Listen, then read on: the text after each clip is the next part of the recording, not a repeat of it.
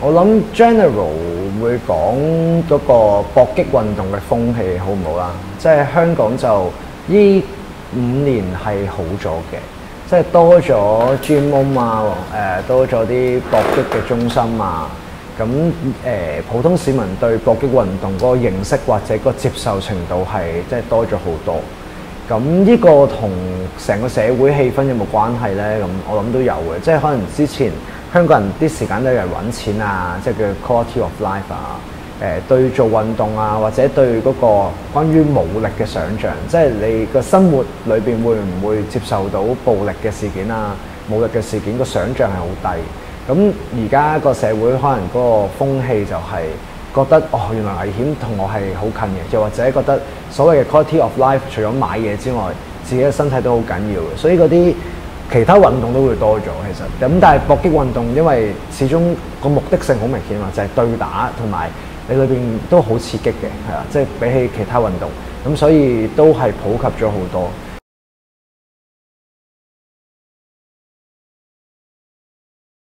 如果你講翻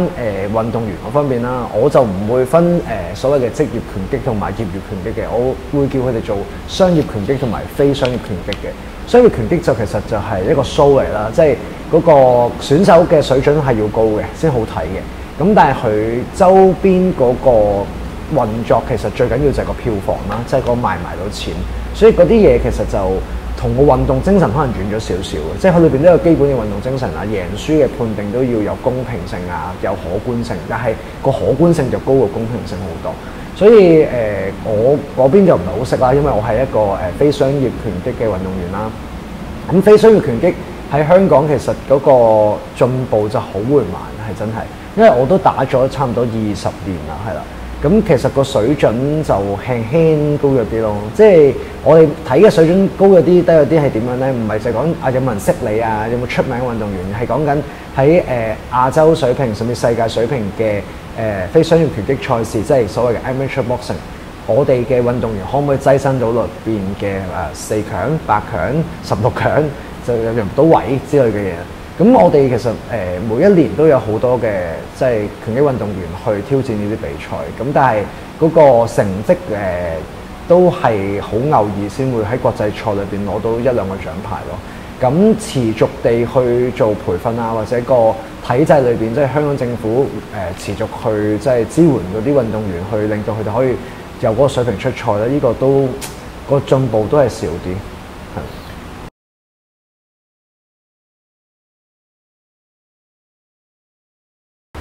因為我哋 Strikeforce 升級其實嗰個5個 co-founder 都係前運動員嚟，即係前港隊運動員應該係，佢哋係全部都打過港隊。佢哋即係好有啲退咗啦，有啲就好似我咁仲打緊啦。我哋其實個目標都係經營一間拳館係即係叫做競賽向啲嘅，即係培養選手為目的咯。咁收費啊、商業或營運嗰度其實營運到唔好蝕錢就 OK 咯，即係有得賺嘅好啦。但係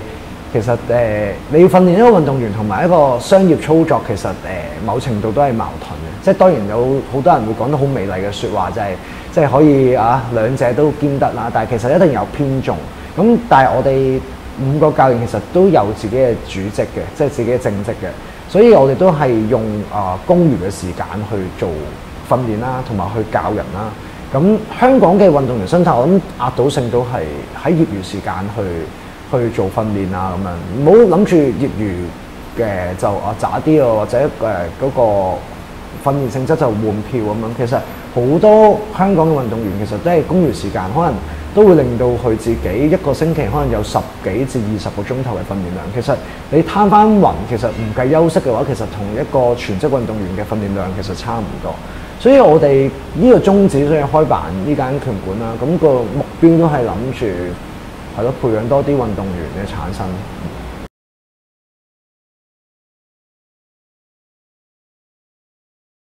運動員因為香港人又唔係好認識啦，因為香港人都係啲即係商業掛帥咗好耐嘛，所以運動員好似好神聖咁。其實喺我心目中好簡單啫，你有持續去練習同埋持續去競賽，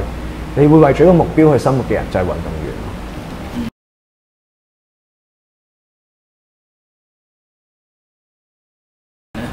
我唔知，因為我本身就係競賽運動員啊。我喺我心目中 boxing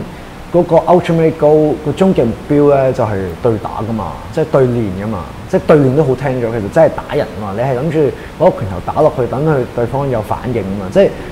係再客觀啲講叫傷害佢啦。但係即係喺一個同一水平，你要傷害到對方都好難嘅，係啦。即係呢個就係大家對嗰個搏擊運動嗰個唔理解。其實即係打落去好痛喎，會令佢受傷喎。但係其實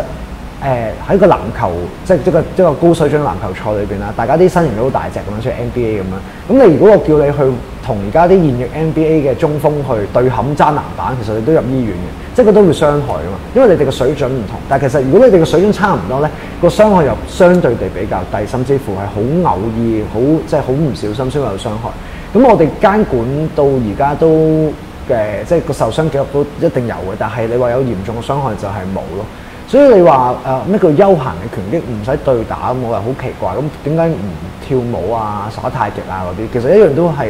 即係活動個四肢啊，個腦都要諗下嘢啊，都要做協調。我諗拳擊嗰個魅力對於我至少就係嗰個對打嗰件事咯，因為你人要經歷武力嗰個過程，其實真係個個都好恐懼或者好緊張。咁你就要點樣去 manipulate 你自己個 emotion 啊？點樣去做好啲 EQ 啊？然之後你又可以將你平時練習嘅嘢度發揮到出嚟啊！嗰啲嘢就係真係可能係0.1秒嗰啲嘢嚟嘅，所以我就覺得好玩咯。所以我會覺得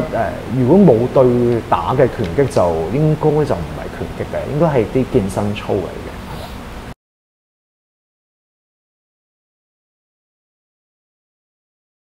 我哋館就超級注重安全，即係雖然我哋係競賽館啦，諗住即係啲人話你哋操好密嘅喎，訓練量好大，其實就唔係嘅，係咯。我哋都係每堂最長都係3個鐘頭，咁但係都一定有對打環節，就因為每晚都有對打環節啦，同埋我哋嗰個選手嘅比重好高啊，即係我哋有10幾個選手喺度，所以喺賽季嘅時候咧，我哋都係 keep 住對練噶嘛，我哋就唔會成日都話唔對打啦，我驚整親。我哋就會諗一啲可以減少嗰個受傷風險嘅對練嘅方法出嚟。例如我哋即係好深嘅叫打重心咯，即係我哋唔係直接打到有傷害有 damage， 我哋係打到對方嘅重心失平衡，都係還擊唔到，即係一個系統嚟嘅。咁呢個短時間講唔到啦，要做出嚟啦。咁但係我哋個方向都係唔係諗住傷害你個練習對手，而係可以喺唔傷害底下可以做到個對練。咁拳擊嘅我諗喺一般人覺得容易受傷就係覺得個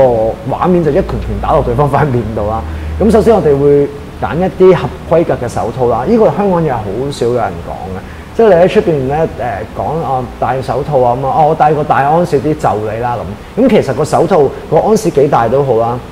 佢都係聲稱嘅啫嘛。佢好多填充物通常都會去咗個手背啊，去咗個掌底啊，去咗個手腕啊。我哋嗰啲用10安士嗰啲咧，就全部都喺個拳鋒個 knuckles 嗰度。咁我哋就會令到嗰個撞擊個硬度減低咯。咁呢度減低咗硬度，其實你個受傷風險就會低啲。嗰啲割傷啊、cut 啊嗰啲，通常都係因為個拳頭嘅硬度去做。咁如果呢啲嘢唔專注，就會容易啲受傷咯。咁同埋畢竟佢都係一個不斷主力係打對方個頭嘅一個運動，所以如果你受到重擊啊嗰啲，我哋就會叫個學生休息可能1個禮拜唔准打 sparring， 或者佢可能真係好唔小心俾人打爆咗個鼻流鼻血嘅咁啊，之後佢要指翻好個鼻啊，咁可能1個禮拜唔打得。咁如果佢1個禮拜都仲係滲嘅話，有少少血出嚟，我哋都會叫佢2個禮拜唔打得。呢啲就係注重安全咯。咁點解我哋會咁注重安全？因為其實我哋嗰個目的都係諗住競賽嘛。咁你嗰個運動員嗰個身體嘅健康同埋即係唔好整親就好重要，所以你就會不知不覺就會令到個安全嗰條線就越扯越高咯。咁又維持到個高強度訓練又可以安全，咁就好重要啦。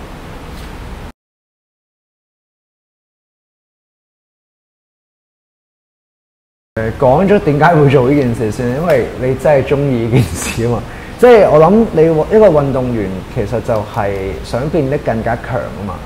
即係講每個運動員個心都想變得更加強，更加即係進步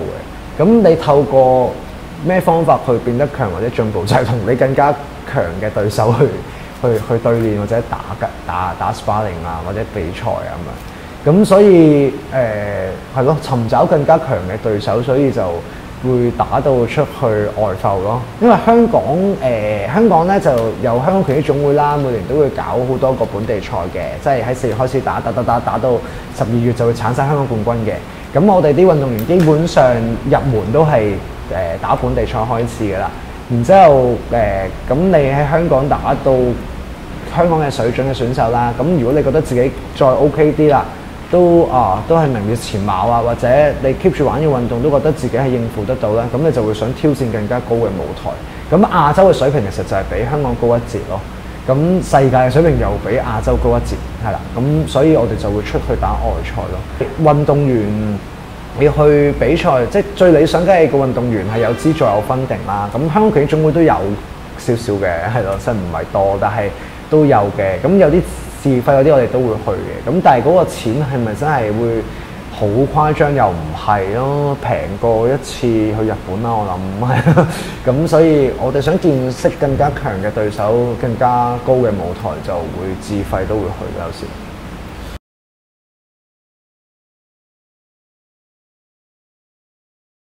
都幾唔同嘅幾個地方，世界嘅國家地區啦，就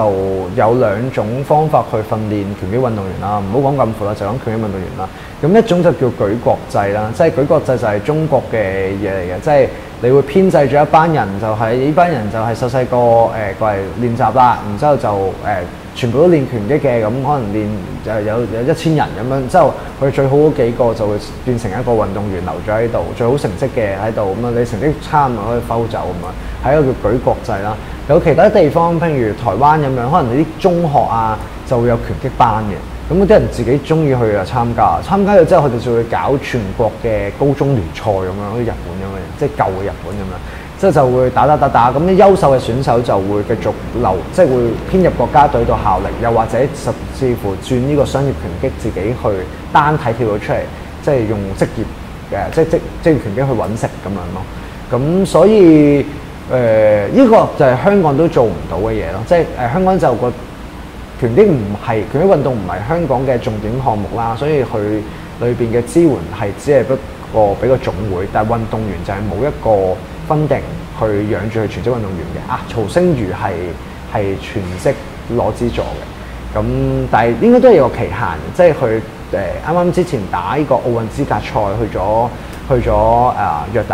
旦打啦，之後嗰個就係嗰個 period 應該係當係一個全職運動員去攞資助，但係之後幾時 cut 就唔知道啦，係啦，所以香港拳擊運動其實係咯，好靠自己咯，運動員係。其他國家就嗰個國家嗰個補貼啊，或者嗰個生存空間就好似會大少少咁樣。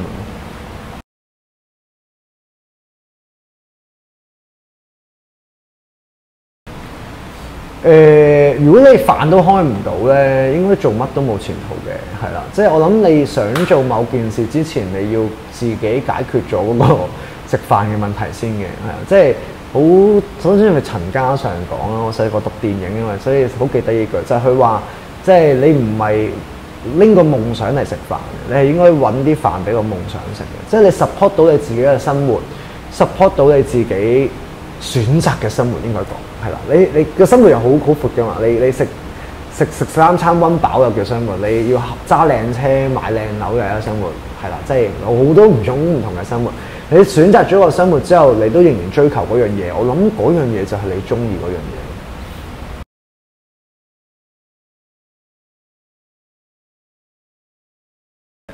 我諗冇一出嚟就諗住做職業選手先，即係我哋拳館開咗幾年啦，即係間唔中都會有人衝入嚟同佢講話，教練，我想做職業選手，你訓練我。即係我諗唔係咁嘅，我諗接觸任何嘢都係嘅，你首先去接觸佢先啦，然之後你去揾裏邊嘅樂趣啦，然之後你真係揾到個樂趣好大嘅話，而你又咁啱有嗰個天賦，又或者你真係好勤力去配合你呢個樂趣，你慢慢就會變成高水準。你變成高水準嘅時候，你就可以去選擇你想做啲乜嘢。你可以選擇呢個興趣攞嚟做即係揾食啦，所謂嘅揾食，去 support 到自己生活啦，定係頭先我咁樣講啦，你係攞第二啲嘢去 support 自己生活，而繼續去追求呢個興趣。我諗成個人生都係一啲咁嘅嘢，你揾你個開心、你嘅興趣、你嘅樂趣嘅嘢。有啲人即係我哋見過，因為我教拳教咗10幾20年啦，即係我見到好多有天分嘅學生，但係其實佢有天分唔代表佢有興趣㗎嘛，即係佢覺得打到你咁都唔好難玩啫，之後佢就走咗去。但係我哋呢間館咧，尤其是我哋嘅 co-founder 啦，除咗我之外啦，其他嗰啲咧出道以嚟都係輸開始，不斷輸，佢哋都好似都係連敗咗好多次，即係但係佢哋都繼續堅持玩呢個運動，然之後佢覺得有興趣，佢繼續玩呢個運動，然之後佢就領略咗啲嘢，之後就佢會慢慢俾人強咯。所以係咪要天才先打到啊？又或者係咪你乜都未接觸嗰時就認定咗呢樣嘢就係你自己嘅咪？咁我覺得就太過武斷咯。因為我見過有啲後生仔啦，即係可能見到有啲人即係所謂嘅成功咗啦，即係喺個所謂轉去職業拳擊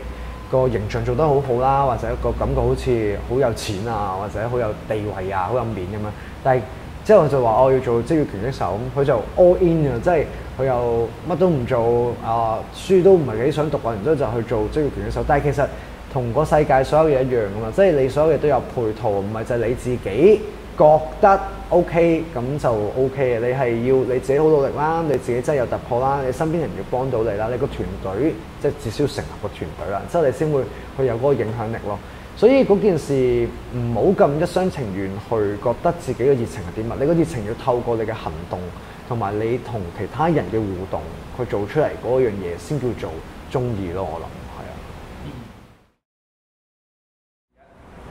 我係阿 Day 袁文俊，我係香港人。